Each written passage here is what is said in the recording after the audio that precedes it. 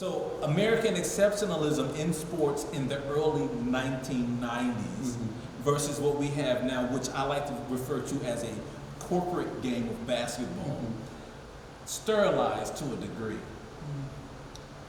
Your thoughts? It's a little both. They want to put on a good show. Okay. And so they say, okay, I remember a long time ago, this is completely random, and we could get back to politics after this. No, that's good. But I remember a long time ago meeting a boxing champion. His name was Wilfred Scipio. Okay. All right, and he was in the same weight category with Ray Leonard and Donald Curry and Duran and Tommy Hearns and Marvin Hagler. And Wilfred was a champion just like those guys. Wow. And so he was talking to me about boxing, and he told me that boxing was more a show. And he said that America was fascinated with good-looking people beating up ugly people. So that was what got the highest rating. Let me ask you, is that a true statement of fact? I didn't think about it until he told me that. So now, for your audience and for you now, you go back and look at who the champions are. And I'm going to do that tonight. I'm going to see who was ugly and who was good looking. The best looking guys were the champions, man. So I was thinking, this is insane. But I'm just trying to show you America, right? And for your audience, I started back with Sugar Ray Robinson and Joe Louis. Okay. Man, you look at how good looking Joe Louis is, right? Okay. It's beautiful, man. You look at how beautiful Ray Robinson was, man. These guys are perfect. They movie stars, right? And then you come to Muhammad Ali, man. This guy was beautiful, and he was boxing, right? And so, and I was saying, I said, man, that's America, man. America like the show. So this is my position, man. And so that's what happened in sports. So they say, hey, well, we just got to keep that formula going, And then all the way to Dr. J, man. He's a good-looking man.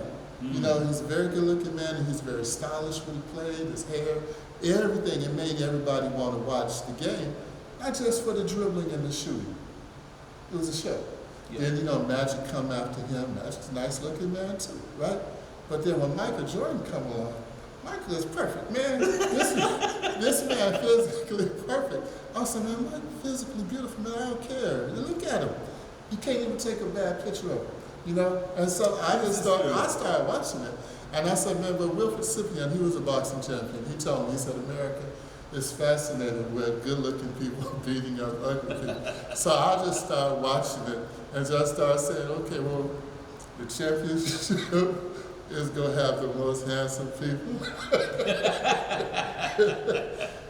So that was just to lighten it up a little bit for your audience. We appreciate it. Yeah, but in everything, man, we're going to have people like me. We're just going to pop up. In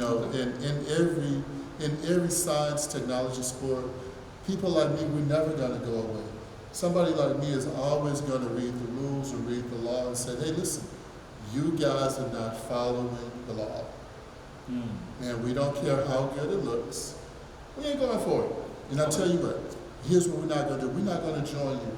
We'll go out here and we'll just start telling our neighbors and our people and our friends we could do a better thing. And so this is what I'm demonstrating. With my aspirations to change our laws. I'm going like, man, they're not listening to us, so we should stop listening to them. That's my position. Yeah, you have to listen to their political platform. We can create one, and these are the things. These are the things that drive me. These are the things that make me say, you know what? The country, my future, my daughter's future, my children's future is worth every ounce of energy I have to change it. But somebody telling me that a country that's not even 300 years old is educating countries that are 5,000 years old. That was what I heard a Chinese person say. So China was 5,000 years old. I said, well, how come we not going to school there? There you go. So now that was enough evidence for me. We're human like they're human, but we created our country for us, not for them. And so this is what I'm trying to do in politics. I said, man, y'all so busy trying to fight them that our country is going to fall. But I think that the United States is full of Vincents and fellow Vincent Duncans, and we're just going to keep popping up, popping up, popping up. Even with what you're doing, man, it's like you one step from being worldwide yourself with everything that you're doing, man. And so, I appreciate that. yeah, we and that's the thing, is that we exist to change things, not just to come and say, hey, well, you saw us. We're like, no, we're going to change it. And so it was like a quote from Dr. King that when I read it, I said, that describes me. He was saying that there should be always voices of dissent. Even if the crowd is going one way, it should be a voice of dissent that says, no, I'm not doing that. I'm going another way. Okay. And so the crowd is just going the wrong way. The crowd is following Democratic politics. The crowd is following Republican politics. And then they're not listening to American citizens on any level. So whether they want to manipulate our currency, which is the world's best, as the U.S. dollar, you want to manipulate that to crypto for what? Why? We already Same question I had. We already have the best. And so this is what I'm saying. And so we have to protect it. When I heard them say they were going to eliminate the penny, first I said, okay, they make the announcement about the penny, then they want to slide in crypto.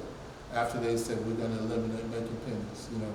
And so these things, so we have to protect our interests, which is the United States. And so that's my politics. And on every level is to make sure we're there, make sure we have a voice. But policy-wise, we have to create things to protect us from our political leaders once they do a bad job.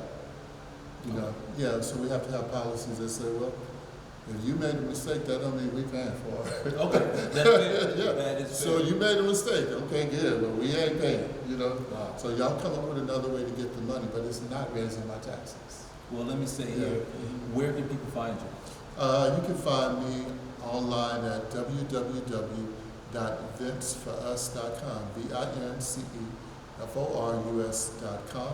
Right now, to anybody in your listening audience, for me to get on the ballot as a candidate for this year's special election, I have to go by petition signatures. Okay. That means I'm talking to literally thousands of people, introducing myself, engaging them in conversations just like this. They sign a petition, and the state asked me to the ballot for the special election in November. So if anybody in your audience is interested in getting off the sidelines and into the games, why don't you call me, 713-252-2436. Help me with these petition papers. This is a man with no fear. He just gave you like a telephone number for you to call. Yeah. Most people will never do that. I answer the phone between 10 a.m. and 6 p.m. From 10 a.m. to 6 p.m. I still answer the phones. Have an office set up at 3935 Beaver Drive. If your future or your children's future is a priority to you, why don't we talk politics? Let's find out what our common ground is. Let's work together. Let's say if we have 10 things we're talking about, but we agree on 3, let's work together on those 3. Well, it's a pleasure as always, my friend, to have you here. Absolute pleasure, sir. I appreciate that. Thank you so sir. much. I Appreciate you. You're doing great. You too, sir. All right. You guys be safe out there. And remember to log on to VEDA.com with 2M's.com. That is Victor Echo Delta Alpha, COMM.com.